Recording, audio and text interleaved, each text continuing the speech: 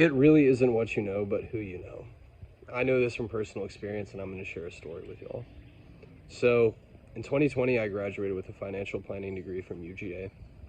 Took an 8-month mini retirement. Basically, I decided that after 16 long years of school, I just didn't want to do shit for 8 months unless it was something that I actively wanted to do, a hobby, attaining new knowledge for certain skills that I wanted to acquire, so on and so forth. I did that for 8 months, and then I went to work for my dad in what I thought would be my forever job. Basically, I thought I was going to take over his company. I decided after a little over a year that I was going to leave his company, and decided to actually become a 1031 exchange consultant. And that's the point of this video, is for me to talk about how I got that job and the job that I presently have right now. One of my closest friends from college, his name is Fred. He was so gracious that he actually decided to let these employers know about me. I told him, I was looking for work.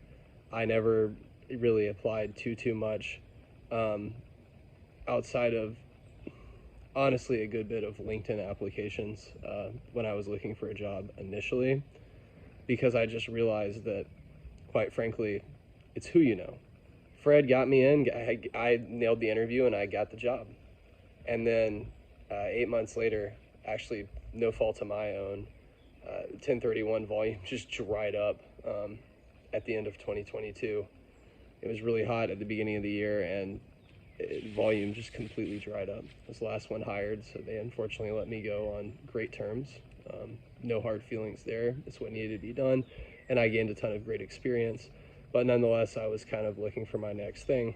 Decided to work in a restaurant for a little while, so I did that. And just to bide some time and learn some things, I think that it's always good to be learning how you can better serve customers. And I went to work every day trying to figure out how I could understand people better and how they tick to a greater extent in terms of what they spend money on, what makes them more likely to tip, so on and so forth. Basically just understanding the serving side of business. But I needed another job. So once again, I talked to Fred and I said, Fred, I'm looking for a job again. And he said, I'll see if I can get you an interview. And sure enough, he did. And now I'm working as an operations associate, another high-paying position because of someone that I knew.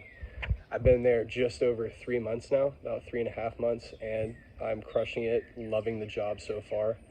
And at the end of the day, it really is who you know. What you know comes second. You have to do a good job, and you obviously don't want to lie on your resume, unless I'm just going to be a little bit candid here.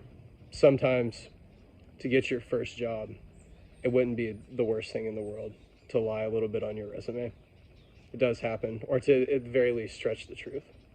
After that, just don't fuck around with it. Just go on your own merit, and no sense in lying, but definitely stretch the truth. Always make it sound like you're doing as well or handling as much pressure as you could under the company that you were previously under. Explain what you were actually dealing with. Don't make it seem like it was too easy. Anyway, I digress. It's who you know, and people like Fred in this world are what make the world a much better place to live in, because if we all looked out for our friends, trying to help them get jobs and whatnot when they needed one, the world would be a lot better place. And I've always hooked it up for Fred too. Like this last time, for example, I'm not gonna tell you how much money I gave him, but I hooked it up and just gave him a good bit of cash as a gift, and it's just kind of a thank you for that. I thought it was so nice of him. So it works out too. You take care of the people who take care of you, and it's shocking when they take care of you again, right?